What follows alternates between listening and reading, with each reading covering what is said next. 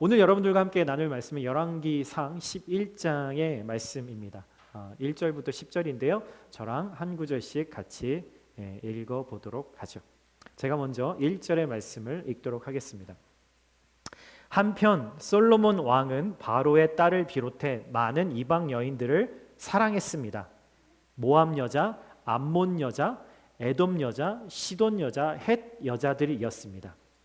여호와께서 전에 이 민족에 대해 이스라엘 자손들에게 말씀하셨습니다.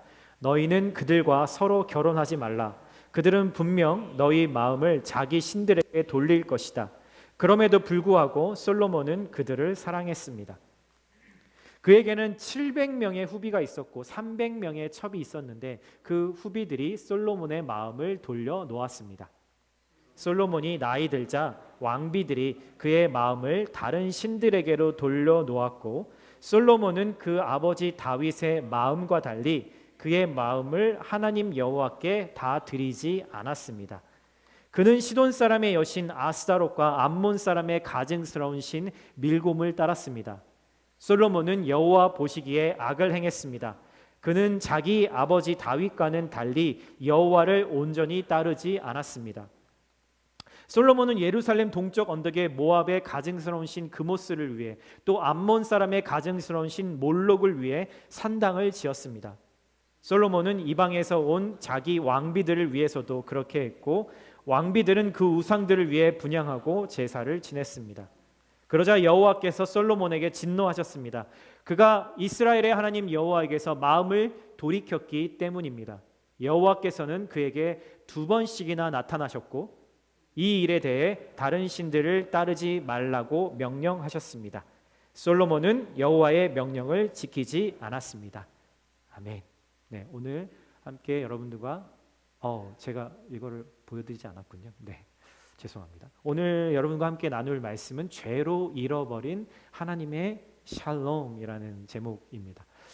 말씀을 시작하기 전에 여러분들에게 2가지만 조금 부탁의 말씀을 좀 드리고 싶어요. 첫 번째는 가급적이면 이 예배의 시간에 이렇게 많이 이렇게 물론 화장실도 가시고 그러고 싶으시겠지만 그럴 필요가 있으시다면 미리 예배 전에 그렇게 해주시고 가능하시다면 큰 문제가 아니라면 어르신들은 제외하고요. 좀 이렇게 자리를 왔다 갔다 이렇게 움직이시는 게 다른 분들에게 좀 예배 드리는데 좀 방해가 될 수 있어서 부탁드리고요. 2번째는 또 하고 싶은 얘기가 혹시 있으시다면 저에게 손을 들고 얘기해 주세요. 옆에 분들하고 속닥속닥 얘기하지 마시고 손을 들고 하실 얘기가 있으면 제가 분명히 발언권을 그리고 질문들이 있으시다면 제가 대답을 해드리도록 하겠습니다. 물론 설교 시간은 저 혼자 이야기하는 시간은 분명히 아니에요. 그거는 고정관념이고요. 분명히 또 함께 또 이렇게 커뮤니케이션 하는 것도 필요한데 하여튼 저희의 이 예배 세팅 안에서 여러분들이 다른 분들을 또 배려해 주시고 또 그렇게 해주셨으면 좋겠습니다. 아멘. 네, 오늘 솔로몬 이야기의 마지막 이야기가 될 것 같아요. 저는 뭐 빨리 이렇게 솔로몬 이야기를 너무 이렇게 자세하게 하고 싶지는 않았지만 어찌됐든 교재상에는 그렇게 되어 있습니다. 어찌됐든 여러분 솔로몬 하면 이전까지는 지혜로운 왕, 지혜로운 사람의 가장 대표 이그젬플이라고 생각하셨다면 이제 우리가 몇 주를 통해서 그런 사람이 아니었구나라는 것을 분명히 알게 되셨을 겁니다. 여러분 솔로몬이 이렇게 지혜를 떠나서 하나님을 떠나서 이렇게 어리석은 인생을 살기 전 그 초창기에는 진짜 지혜가 있었어요. 하나님의 음성을 듣고 주변 사람들의 소리를 듣는 겸손한 마음, 그게 바로 성경이 말하고 있는 지혜다라고 분명히 말씀드렸어요. 여러분 지혜는 나에 대한 것이 아니에요. 내 감정에 대한 것이 아니라 하나님에 대한 것이고 내 주변 사람들에 대한 것이라는 거죠. 그게 바로 지혜인 것이죠. 그래서 하나님의 음성을 들으면 나를 알 수 있게 되고 내가 어떤 사람인지를 알게 되고 어떻게 살아야 될지도 알게 되고 그리고 세상을 이해하게 되고 그리고 다른 사람들을 이해하게 되는 거죠. 그래서 후회되지 않을 인생의 선택들을 하는 것, 그게 바로 하나님의 지혜입니다. 그런데 중요한 것은 이 솔로몬의 지혜가 변질되기 시작했다라는 거예요. 저도 가끔씩 제 아내가 지금 또 이렇게 부재 중이기 때문에 제가 일주일에 한 번씩 하는 일은 냉장고를 정리하는 일입니다. 참 부끄러운 얘기지만 다 이렇게 100% 먹어야 되는데 그걸 다 못 먹고 이렇게 버리게 되는 경우들이 있어요. 왜요? 변질됐기 때문에. 먹으면 설사를 하거나 탈이 나기 때문에 정리를 하는 거죠. 어쨌든 솔로몬의 지혜가 그렇게 원래의 그 싱싱함에서 벗어나서 썩고 냄새나는 것들로 변질되기 시작했다라는 거예요. 이유는 하나님이 제시하는 길이 아니라 전혀 다른 자기가 생각할 때 옳은 길이라고 생각한 것으로 갔기 때문이죠. 이게 바로 아담과 하와가 처음에 선악과를 먹은 이유이잖아요. 그렇죠? 하나님이 선과 악의 기준이 되는 것이 아니라 내 마음에 좋은 것을 선과 악으로 결정하겠다라고 하는 그것 자체가 죄의 시작, 근본이었기 때문이죠. 여러분, 이 변질된 지혜는 바로 어디로 넘어가게 됐냐면 성공하는 법이라는 것으로 바뀌게 되었습니다. 모든 세상 사람들이 쫓아가는 그 길, 바로 성공에 이르는 길인 거죠. 하나님의 지혜가 세상의 성공으로 바뀌자 그 성공이라고 하는 우상은 바로 돈으로 바뀌게 됐어요. 자, 그래서 이제는 솔로몬이 가지고 있던 지혜는 돈을 소유하는 것으로 바뀌게 되었다라는 거죠. 더 많은 돈을 가지는 것.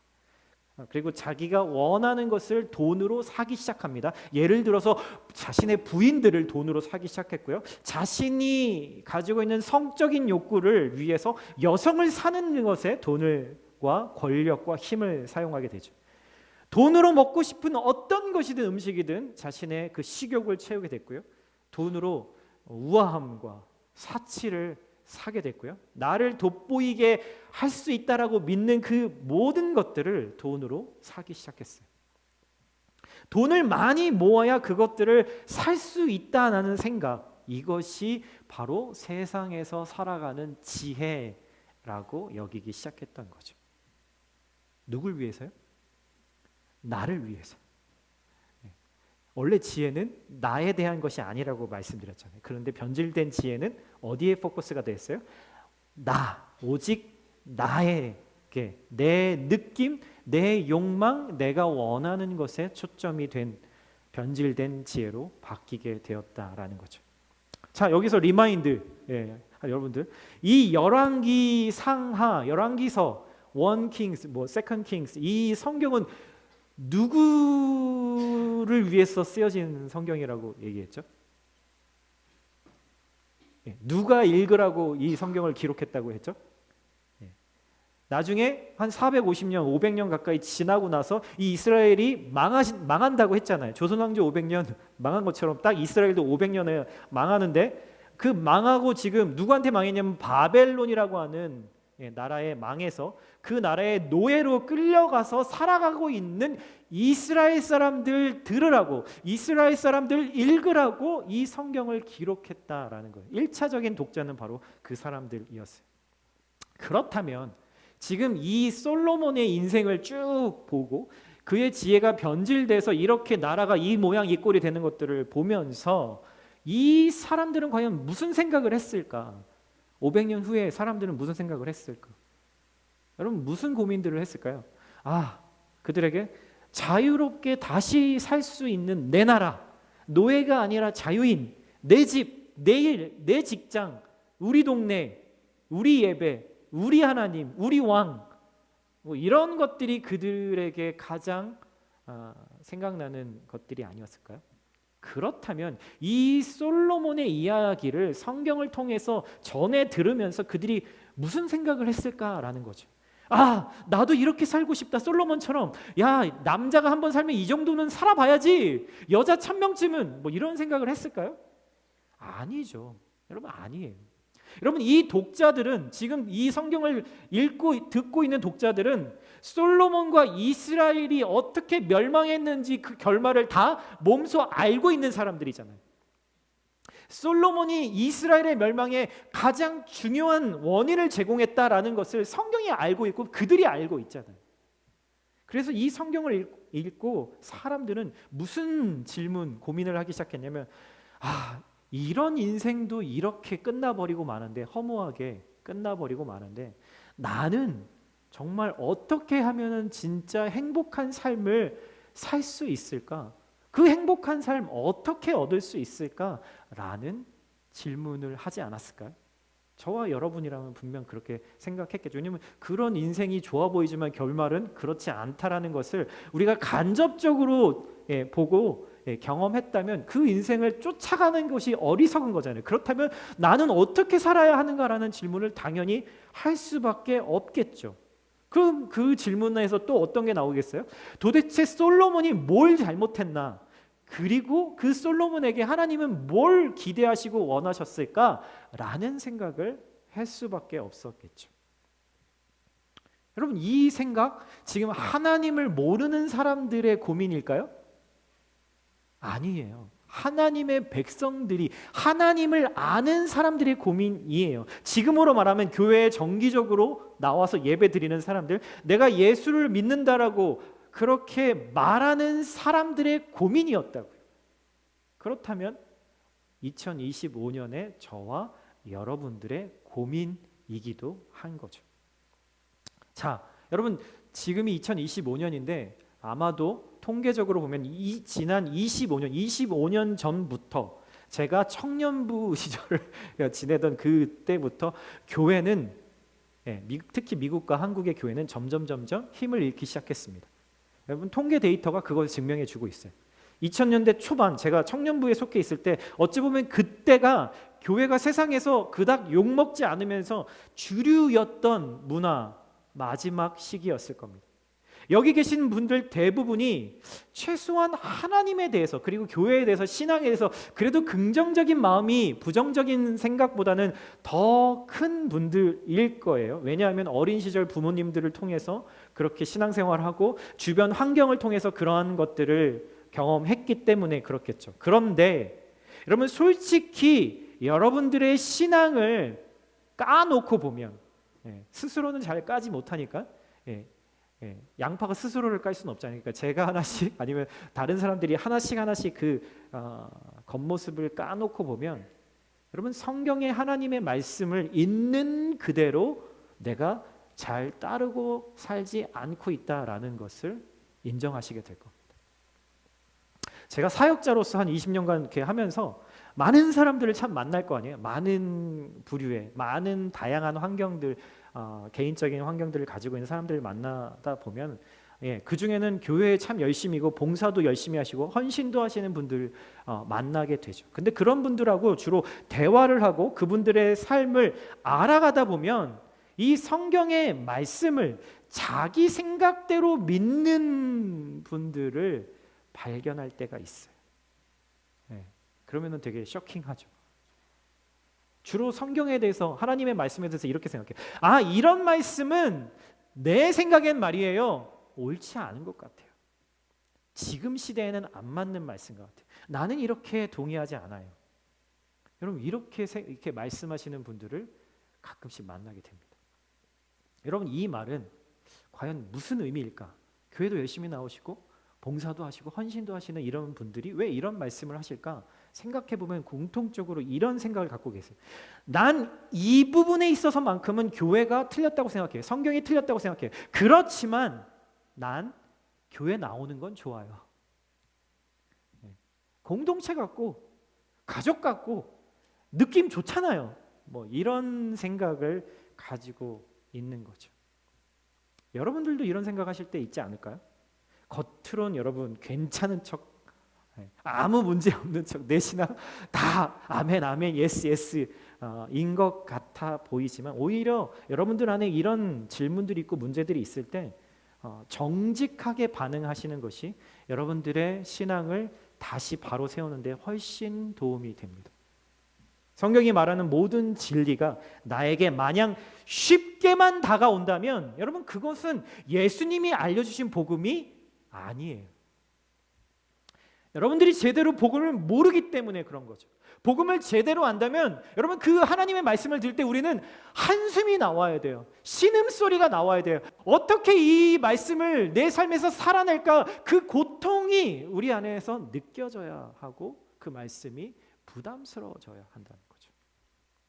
그래서 예수님은 우리에게 본인이 왜 이 땅에 오셨는지를 그렇게 말씀해 주셨어요. 내가 너희에게 평화를 주기 위해서 온 것이 아니야.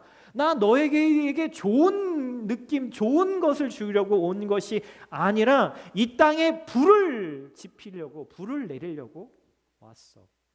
지난주 동안에 여기 에어 퀄리티가 별로 안 좋았던 이유가 캐나다에서 와일드 그 파이어가 일어나서 그 연기가 여기로 넘어와서 공기가 안 좋았다고 그러잖아요. 그렇죠? 예.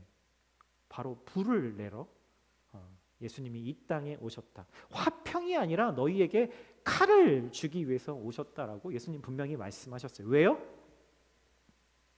복음은 여러분들의 삶이 제대로 건강하게 가기 위해서 지난번 잠언의 말씀처럼 세상에서 아무 저항 없이 이래도 좋고 저래도 좋은 것처럼 사는 것이 아니라 나에게 마치 바늘로 찌르는 것 같은 칼로 베고 불로 태우기 위해서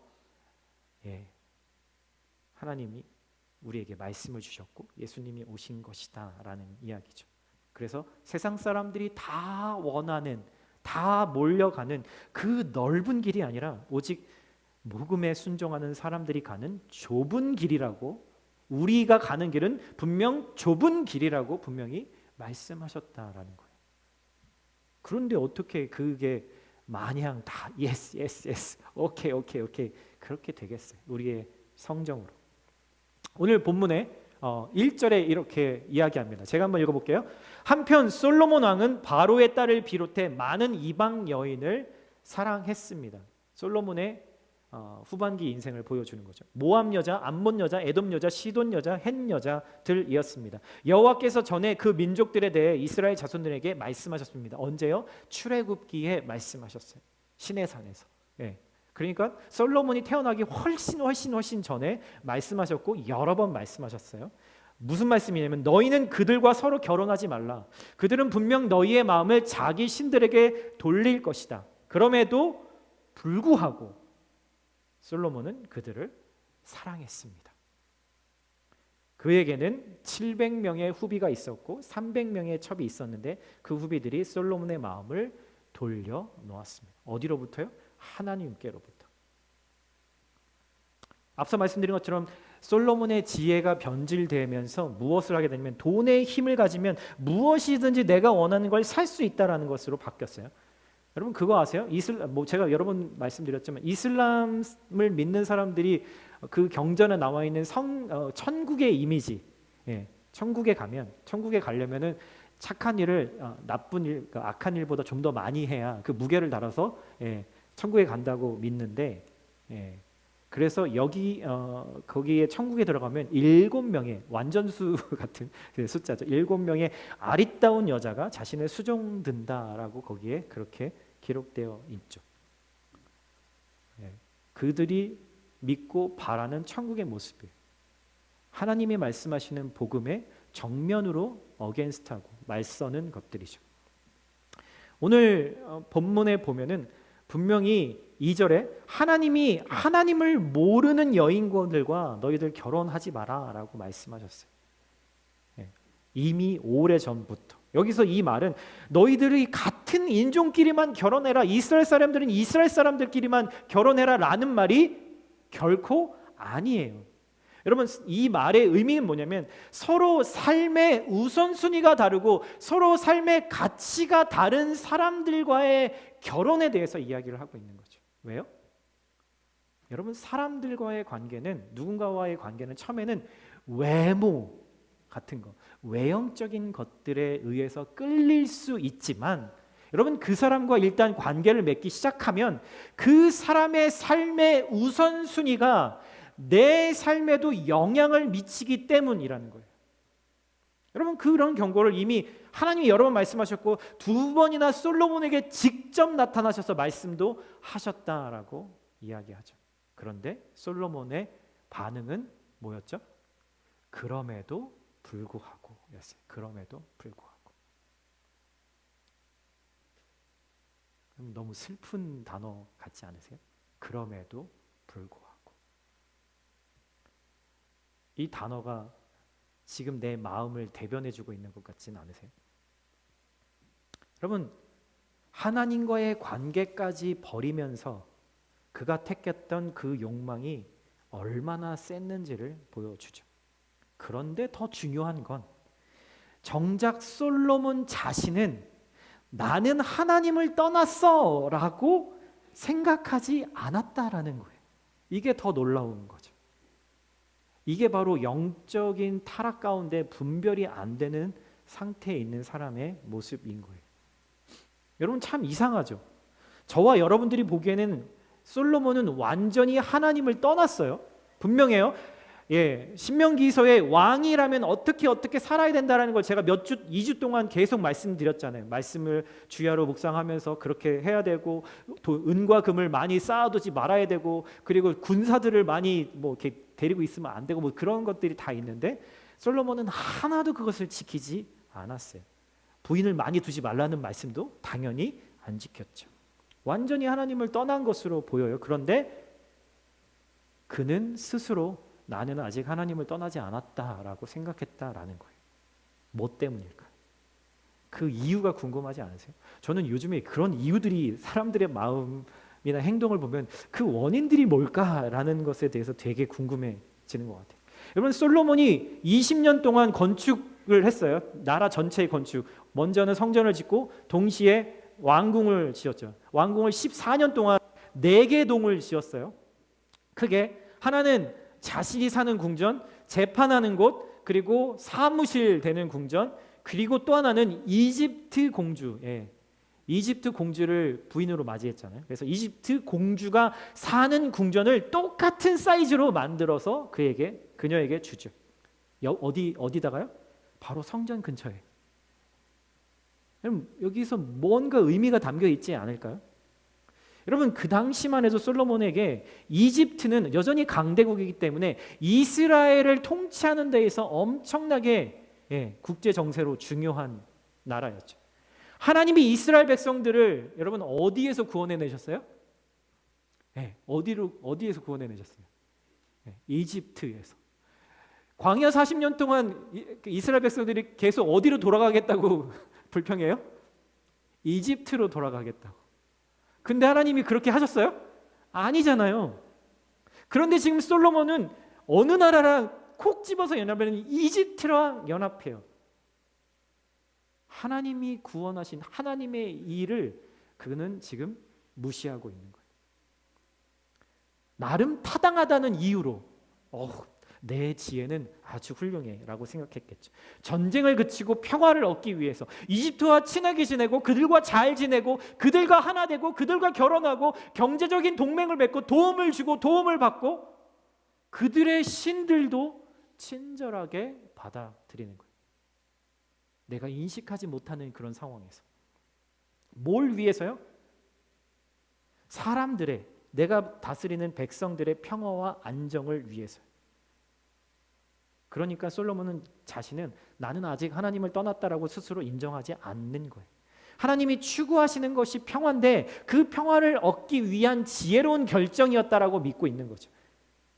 만약에 그랬으면 하나님이 왜 굳이 이스라엘을 40년 동안 그 고생을 시키면서 가나안 족속들과 전쟁을 굳이 치르게 하셨을 이유가 뭐가 있었겠어요? 여러분 하나님의 평화는요 결코 우상들과 타협하고 서로 좋은 게 좋은 거지, 안 싸우면 그게 제일 최고지 라면서 중립을 시키는 것이 결코 하나님이 선택하시는 방법이 아니라는 거예요. 분명 하나님 편에 서서 하나님을 대적하는 것들을 향해서 아니야, no 라고 말할 뿐만 아니라 그 삶의 행동으로 증명하는 것을 요구하시는 거죠. 자, 제가 여러분들 중에 만약에 우리 우리 건반 하시는 분을 예를 들어서 그런데 동희와 제가 얘기를 이렇게 하는데 제가 이렇게 전화기에 손에 전화기를 들고 있어요. 아니면 같이 밥을 먹는데 전화기를 옆에 이렇게 두고 같이 서로 대화를 하고 있는 거죠. 전화벨이 울리진 않았어요. 진동으로 해놨고 전화도 오지 않고 심지어는 뒤집어 놓기까지 했어요. 그냥 들고 있는 거예요. 여러분, 만약에 그렇다면 그때 정말로 야, 이 사람이 진짜 나에게 100%, 100% 나에게 집중하고 있구나, 내 이야기를 경청해 주고 있구나, 내가 저 사람에게 진짜 중요한 사람이구나, 여러분 이렇게 생각할 수 있을까요? 저는 아닌 것 같아요. 오히려 이렇게 제가 하는 행동이 이렇게 표현하고 있는 거예요. 당신은 지금 나에게 100% 소중한 존재가 아닙니다 라고 얘기하는 거예요. 만약에 셀폰을 가방에 넣어두거나 다른 곳에 두거나 꺼놓고 같이 대화하고 밥을 먹고 커피를 마실 때 그때 나를 우선순위에 두고 있구나라고 느끼게 될 거예요.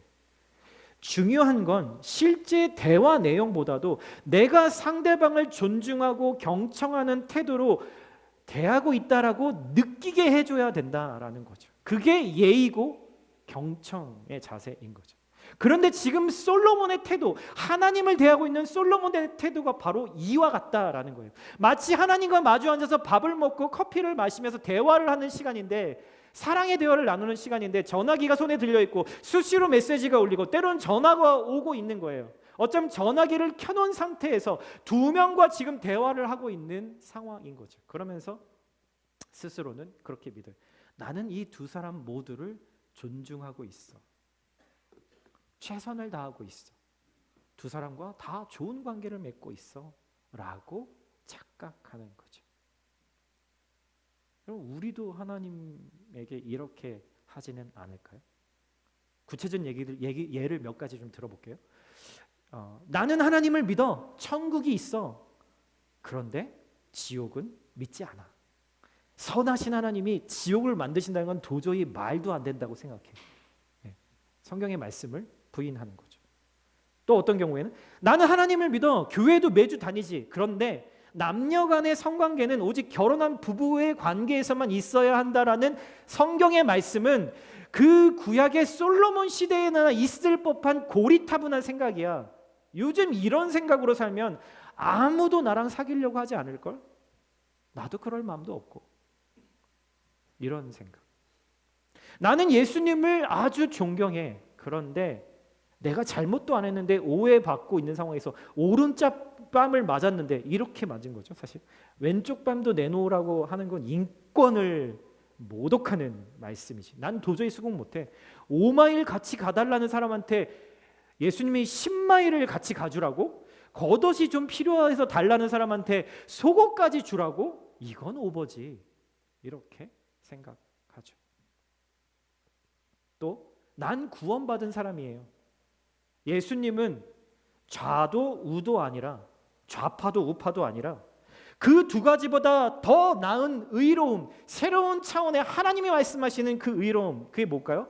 하나님을 우리가 사랑하기 때문에, 우리가 사랑받는 하나님의 자녀이기 때문에 대화하고 타협하고 공감하는 일에 우리 크리스천들을 이 세상에 부르셨지만, 그럼에도 불구하고 내가 지지하는 정치 성향이랑 다른 사람에게 때로는 필요하면 욕도 하고 비난도 하고 싸워도 괜찮아. 왜? 그들은 그래도 싸거든. 이렇게 생각하기도 하죠. 예수님이 산상수훈에서 많은 이야기들을 하셨어요. 복 있는 사람이 어떤 사람인가? 심령이 가난하고 애통해하고 온유하고 의에 줄이고 긍휼히 여기고 마음이 청결하고 화평케 하는 자에 대해서 말씀하셨지만 우리는 이렇게 생각하죠. 요즘 이렇게 다 지키면서 살 수 있는 크리스천이 어디 있어?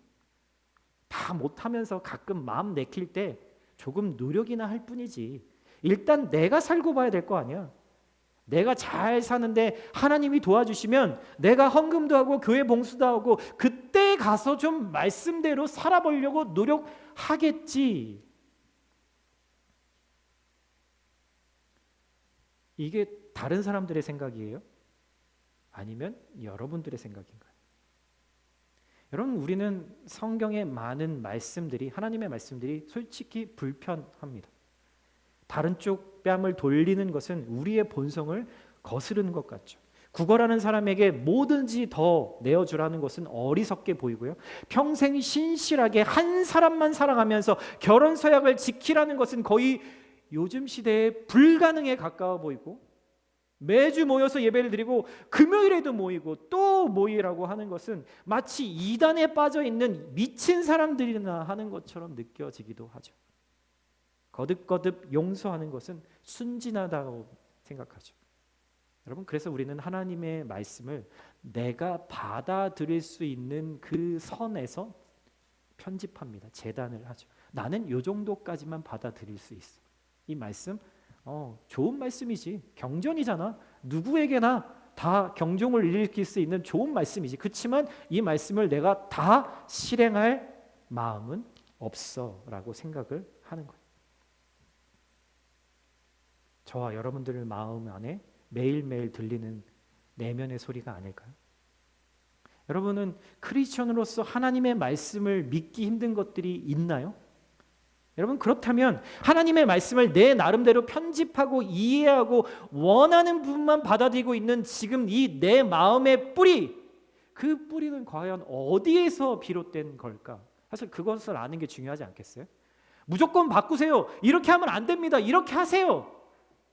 저는 그건 의미가 없다고 생각해요. 그래도 바뀌지가 않으니까. 바뀌는 것, 변화되는 것이 목적이라면 원인이 뭐고 어디서부터 돌이킬 수 있을지에 대해서 우리가 고민을 해봐야 되는 거죠. 내가 원치 않거나 문화적으로 지키기 어려운 하나님의 말씀을 내가 따르지 않으려고 한다면, 말씀이 나를 불편하게 만들 때 내가 하나님의 뜻을 기꺼이 선택할 가능성은 미안하지만 거의 없습니다. 제로에 가깝죠. 여러분, 흔히들 죄라는 것을 뭐라고 생각하세요?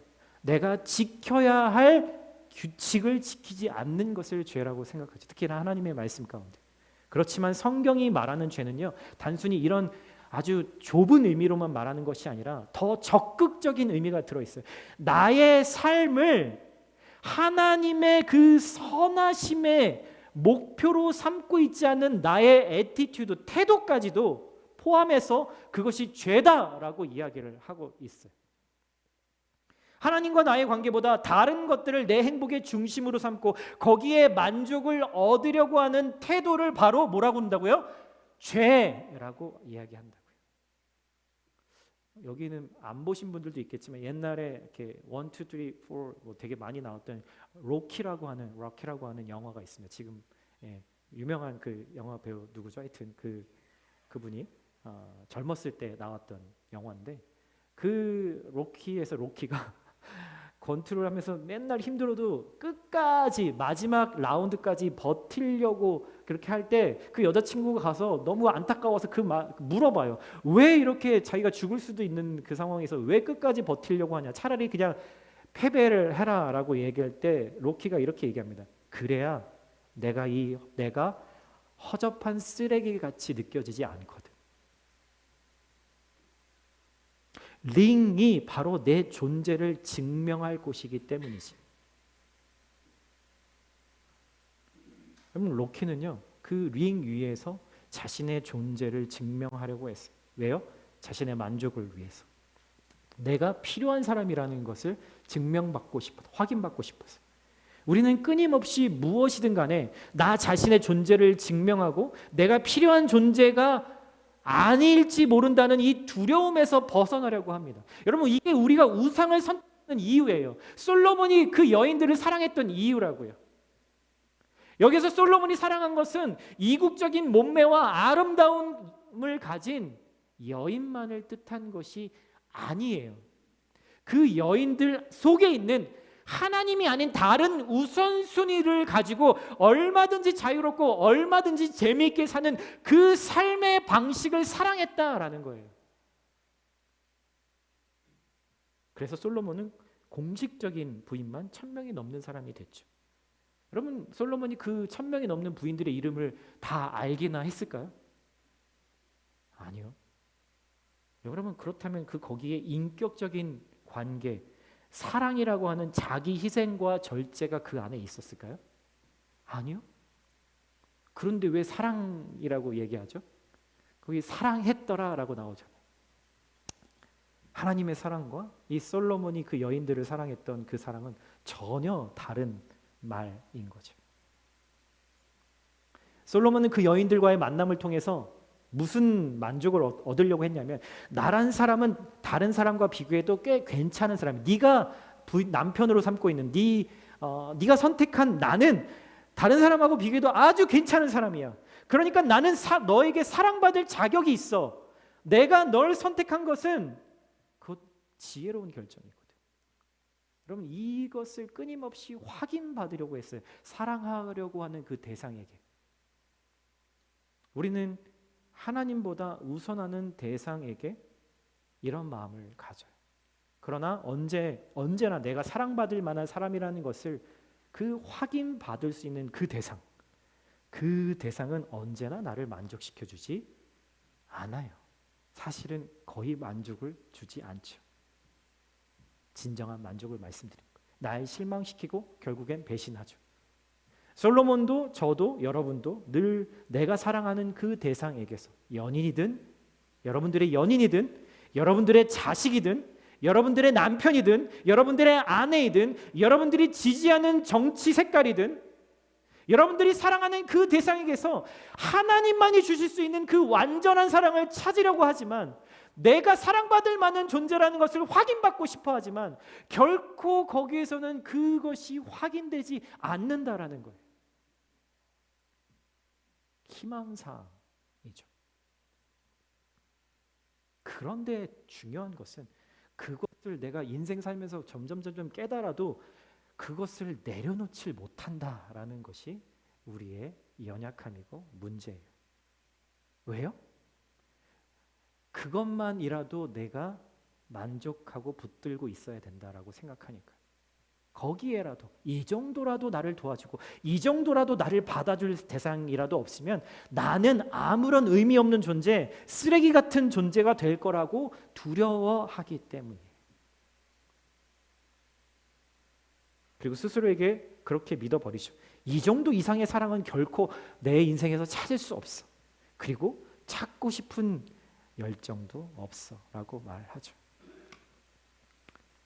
4절에 이렇게 이해합니다. 한번 같이 한번 읽어볼까요? 시작. 솔로몬이 나이 들자 솔로몬은 그 아버지 다윗의 마음과 달리 그의 마음을 하나님 여호와께 다 드리지 않았습니다. 여러분, 솔로몬이라고 하는 이름 한번 좀 우리가 주목해 보면 좋을 것 같아요. 히브리어로 읽으면요, 이렇게 읽어요. 쉴로모라고 이렇게 읽습니다. 쉴로모. 뭐랑 좀 비슷한, 우리가 잘 아는 단어랑 몇 안 되는 히브리어 알고 있는 단어랑 좀 비슷하지 않으세요? 원래는 이게 샬롬이라는 말에서 파생된 말이에요. 그래서 이 솔로몬이라는 이름의 원래 의미는 평화, 화평이라는 뜻이에요. 여러분, 그러면 이 아버지 다윗이 이 이름을 지어줄 때 누구랑 화평하라고 이 이름을 지어줬을까요? 하나님과 화평한 삶을 살라고 지어주지 않았겠어요? 여러분, 하나님의 평화는요 1+1 같아요. 하나님하고 먼저 화평하잖아요. 평화로우면 반드시 내 주변의 사람들과도 평화가 이루어져요. 여러분, 근데 이 샬롬이라는 뜻은 영어로 표현하면 어려움이 없는 상태라고 되게 좁은 의미로 얘기하지만 히브리어 원어의 의미는 아주 풍성한 의미를 담고 있어요. 뭐냐면 전폭적인 완전함, 충만하고 조화로우며 즐겁고 풍요로운 생명이 있는 상태, 그런 컨디션을 말해요. 어마어마하게 좋은 말이죠.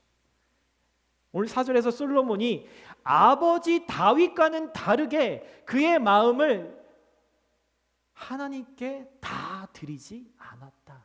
그래서 다라는 단어가 여기서 샬롬이라는 단어가 쓰여져요. 온전히 전부를 드리지 않았다라는 말인 거죠. 지금 이 성경의 저자가 언어 유희로 지금 이 솔로몬의 인생을 아주 적나라하게 얘기해주고 있는 거예요. 뭐예요? 솔로몬이라는 인생은 샬롬이 있어야지 진짜 솔로몬이 될 수 있는데 솔로몬에서 샬롬이 빠져버린 인생이 됐다라는 이야기를 지금 해주고 있는 거예요. 하나님께 그의 마음을 온전히 샬롬으로 드리지 않았다라는 거죠. 의도적인 표현이에요. 14절에 이렇게 이야기합니다. 나중에 결국 이 솔로몬의 죄가 어떤 결과를 만들어내는지 보여주는 거예요. 그리고 나서 여호와께서 솔로몬의 적들을 일으키셨는데 주변에 많은 나라들이 이제 이스라엘과 솔로몬을 대적하는 나라들로 일어나게 되죠. 계속해서 전쟁이 생기게 돼요. 하나님과의 샬롬이 사라진 상태가 되니까 이제 사방에서 나를 대적하는 존재들이 일어나게 되는 거죠. 여기서 대적이라는 단어가 우리가 잘 아는 세이튼, 사탄이라고 하는 언어가 쓰여집니다. 여러분, 사탄은요 공포 영화에서 보는 그런 존재가 아니에요. 막 피를 흘리고 눈이 찢어지고 막 날아다니는 그런 무서운 존재가 아니라 하나님을 떠나서 샬롬이 깨진 상태를 비집고 들어오는 존재들을 바로 사탄이라고 얘기해요. 여러분, 그러니까 내 삶에서 지금 다양한 사탄의 존재들이 있을 수 있겠죠. 여러분, 이거는 하나님이 애따 너 내 말 안 들었으니까 너는 이거나 먹어라, 너 고생 좀 해봐라, 이렇게 해서 사탄을 주신 게 아니라니까요. 하나님의 샬롬이 없어지면 당연히 누군가가 그 안을 차지해버리게 되는데 그게 바로 하나님 아닌 그 다른 것, 하나님을 대적하는 존재 사탄이 내 안에 들어올 수밖에 없다. 뭐 때문에? 솔로몬이 선택한 죄 때문에. 지혜의 사람으로 출발했던 솔로몬은 자신만 어리석은 삶으로 끝나는 것이 아니라 자신이 섬겨야 할 하나님의 백성 전체를 어리석은 인생 되게 만들면서 인생을 마무리합니다. 사랑하는 형제 자매 여러분, 제가 마지막으로 여러분께 한번 또 물어볼게요. 여러분들이 크리스천이 되는 거, 크리스천으로 사는 거 여러분 쉬우세요? 아니면 어려우세요? 결론은 아주 쉬울 수도 있고 아주 어려울 수도 있습니다. 하나님의 말씀에 하나님께 온전히 완전히 샬롬으로 완전히 나를 맡기면 그때부터는 신세계가 열리고 내가 뭘 하지 않아도 마치 하나님이 모든 것들을 다 해주시는 것처럼 신세계가 열리죠. 근데 그렇지 않고 한 발만 약간 걸치고 있으면 이것만큼 힘든 인생이 또 없어요. 세상 사람들보다 더 힘듭니다. 왜? 고민과 갈등을 하는 거죠. 그래서 내 마음에 하나님을 어정쩡하게 계시게 하려고 우리는 불편한 하나님의 말씀을 내 나름의 방식대로 쉬운 하나님의 말씀으로 편집하려고 노력하죠. 여러분, 지금의 교회의 세태는 목회자들도 교회들도 그런 시도를 했기 때문에 지금의 모습이 된 것이고, 그래서 지금 우리는 어려움에 처해 있는 거죠. 예수님의 제자로 사는 것이 그것의 불편함은 아주 최소화시키고 마치 신앙을 옵셔널 액세서리 같은 것으로 변질시켰어요. 마치 우리의 신앙은 연말에 내는 세금 같아요. 세금을 다 내고 남는 돈으로 우리가 매달 원하는 것들을 다 취하면서 살고 싶은 사람처럼 살잖아요. 근데 현실은 어떠죠? 세금 다 내고 나면 우리가 원하는 거 다 즐기고 살 수 있어요? 그렇게 못해. 어떤 분들은 하나님께 헌금을 드리면서도 그런 생각이 아까운 마음이 들지. 이 돈 있었으면 내가 이거 더 할 수 있었는데, 그런 생각을 하실지도 모르겠어요. 우리의 현실에서는 늘 부족함에 시달리죠. 그런데 마치 우리의 인생이 그렇다라는 그런 모습이라는 거. 하나님한테 세금 좀 떼어드리고 나머지 걸로 내가 원하는 걸 삶을 살려고 하지만 거기엔 늘 만족이 없다라는 거죠. 예수님의 방식은 그런 방식이 아니라는 거예요. 예수님 이렇게 말씀하세요. 마지막이에요. 좀 집중해 주세요. 예수님 우리에게 이렇게 말씀하세요. 내가 너 나에게 너 전부를 나에게 줄래? 이렇게 말씀하세요. 나는 네가 가진 것이 아니라 너 자체를 원해. 나는 너를 못 살게 굴려고, 너를 억압하려고 이렇게 요구하는 게 아니야. 네가 나에게 너의 전부를 주면 그걸 받아서 너에게 새로운 자아를 줄 거야. 네가 지금 가지고 고민하고 갈등하고 있는 그 자아는 아무리 고쳐 쓰려고 해도 새로워질 수가 없어. 네 갈등은 계속될 것이고 너의 만족은 영원히 되어지지 않을 거야. 그런데 네가 그 물들고 가망 없는 것을 나에게 전부 줘버리면 나는 너에게 완전히 새로운 거, 내가 만들어낸 그 새로운 것을 너에게 줄 거야. 네가 나에게 줄 것은 너의 욕망들, 네가 악하다고 생각하는 것만이 아니라 아직 이건 괜찮은데요 하나님? 이라고 생각하는 것까지 통째로 나에게 줘야 해. 나는 너를 만족시켜 줄 거라고 그렇게 속삭이면서 너를 속였던 그것들을 완전히 폐기시키고 완전히 새로워진 너를 다시 만들어 줄게. 이게 복음이에요. 이게 하나님의 말씀이에요. 며칠 전에 저희 뒷마당에 제가 나름 양쪽 그 옆에 계신 분들이 워낙 잔디 관리를 잘하셔서 늘상 그것에 좀 스트레스를 받고 있거든요. 근데 뒷마당에 이렇게 되게 굵은 잡초가 있어요. 제 이름은 모르겠는데 그게 막 작년에 이렇게 제초제를 뿌리고 나서 이제 사라진 줄 알았는데 또 이제 또 여기저기 막 울쑥불쑥 올라오더라고요. 네. 그걸 보면서 며칠 마음이 불편했습니다. 저걸 어떻게 죽여야 되나? 저걸 어떻게 해결해야 되나? 이런 고민을 했어요. 볼 때마다. 그럼 제가 어떻게 해야 될까요, 여러분? 잡초밭이 되도록 그냥 냅둘까요? 그냥 정기적으로 그냥 깎아버리면 그 당시에는 내 눈에 안 보이니까 그냥 그렇게 놔둘까요? 그런 분들도 많아요. 그런 분들도 많더라고요. 아니면 뿌리는 놔두고 그렇게 약 뿌려서 이렇게 뭔가 이렇게 오래만 이렇게 잠잠해지도록 몇 달만 잠잠하게 버티도록 약을 뿌려버릴까요? 사실 제일 좋은 방법은 한 가지입니다. 땅속 깊숙이 엄청 깊숙이 뿌리가 있더라고요. 깊숙이 박혀 있는 그 뿌리를 완전히 뽑아버리기 위해서 그 땅을 완전히 갈아엎는 거예요. 기경하는 거죠. 거기까지는 제가 그 생각을 못했어요. 거기에 그리고 새롭게 잔디씨를 새로 심어서 그 뿌리가 잡초가 있던 그 자리에 잔디가 자라나도록 만들어 주는 거죠. 여러분 이 방법이 아니라면 그 잡초는 평생 사라지지 않을 거예요. 여러분 우리의 신앙이 바로 그렇습니다. 사랑하는 형제자매 여러분, 아직 하나님의 말씀을 여러분들의 편한 대로 쉬운 기독교로 만들고 계시진 않으세요? 짝퉁이라고 하죠. 요즘 젊은이들, 청년들 말로는 짭이라고도 하던데 짝퉁, 요즘 말로 짭 신앙에 여러분 만족하지 마세요. 그게 여러분들의 신앙이 아닙니다. 하나님이 여러분들에게 원하는 신앙의 수준이 아니에요. 여러분 진정한 샬롬을 갈망하세요. 솔로몬 안에 있었던 그 샬롬을 여러분들 거부하면 그 순간부터 내 인생은 껍데기 인생이 될 뿐입니다. 솔로몬의 인생을 보면서 여러분 나는 이렇게 살면 안 되겠구나라는 절박한 각성을 가지셔야 합니다. 예수님이 죽은 것 같은 나를, 그리고 답답해하는 나를, 한숨 쉬고 있는 나를 예수님은, 여러분 안에 계신 예수님은 분명히 살리실 겁니다. 그분은 살리는 분이시기 때문이죠. 그 은혜를 누리시는 여러분들의 신앙이 되기를 예수님의 이름으로 축복합니다.